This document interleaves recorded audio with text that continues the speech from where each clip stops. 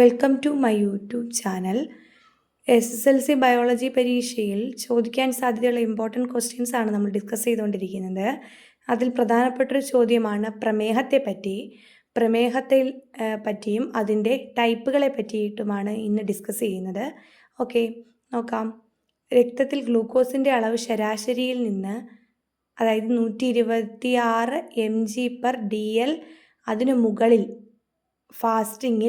മുകളിൽ ഉയരുന്ന രോഗാവസ്ഥയാണ് പ്രമേഹം അഥവാ ഡയബറ്റീസ് മെലിറ്റസ്.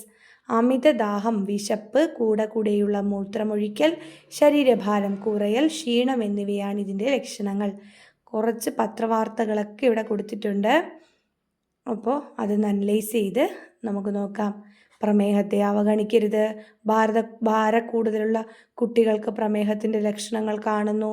സ്കൂളുകളിൽ ഷുഗർ ബോർഡുകൾ പ്രമേഹത്തിനെതിരായുള്ള ബോധവൽക്കരണത്തിന്. പ്രമേഹത്തെ നിയന്ത്രിക്കൂ. നിങ്ങളുടെ സ്വപ്നങ്ങളെ തടസ്സപ്പെടുത്താൻ അനുവദിക്കാതിരിക്കൂ.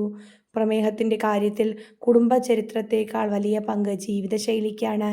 ഇന്ത്യ ആഗോള പ്രമേഹ പട്ടികയിൽ മുകളിലാണ്. പ്രമേഹരോഗ നിർണയ ക്യാമ്പിൽ പങ്കെടുത്ത 60% പേർക്കും പ്രമേഹ രോഗമുള്ളതായി കണ്ടെത്തി. ഇന്ത്യയിൽ 100 മില്യണിലധികം പേർ പ്രമേഹ രോഗികൾ. 4 വർഷത്തിൽ 44% വർധനവ്. MCMR പഠനം. അപ്പോൾ ഇത്രയും പത്രവാർത്തകളിൽ നിങ്ങൾക്ക് എന്ത് മനസ്സിലായി?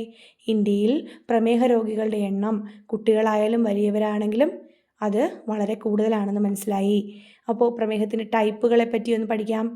പ്രമേഹ രോഗികളുടെ എണ്ണം ലോകവ്യാപകമായി വർദ്ധിച്ചു വരുന്നുണ്ട്. അവഗണിച്ചാൽ ഹൃദ്രോഗം, സ്ട്രോക്ക്, വൃക്ക രോഗങ്ങൾ, കാഴ്ചാ പ്രശ്നങ്ങൾ തുടങ്ങിയവ ഉണ്ടാകും. പ്രമേഹം 2 തരത്തിൽ കാണപ്പെടുന്നു: ഇൻസുലിൻ ഉൽപ്പാദനത്തിലെ ഏറ്റക്കുറച്ചിലുകൾ, ഭക്ഷണ നിയന്ത്രണമില്ലായ്മ, ഇൻസുലിൻ്റെ പ്രവർത്തനക്ഷമത കുറയൽ തുടങ്ങിയ കാരണങ്ങളാൽ ഉണ്ടാകുന്ന പ്രമേഹമാണ് ടൈപ്പ് 2 പ്രമേഹം. എന്താ ടൈപ്പ് 2 പ്രമേഹം?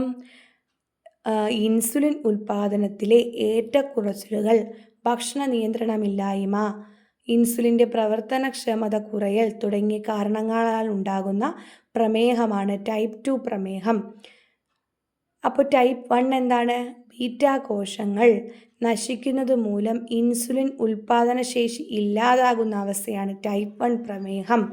ബീറ്റാ കോശങ്ങൾ നശിക്കുന്നത് മൂലം ഇൻസുലിൻ ഉൽപ്പാദനശേഷി ഇല്ലാതാകുന്ന അവസ്ഥയാണ് ടൈപ്പ് 1 പ്രമേഹം.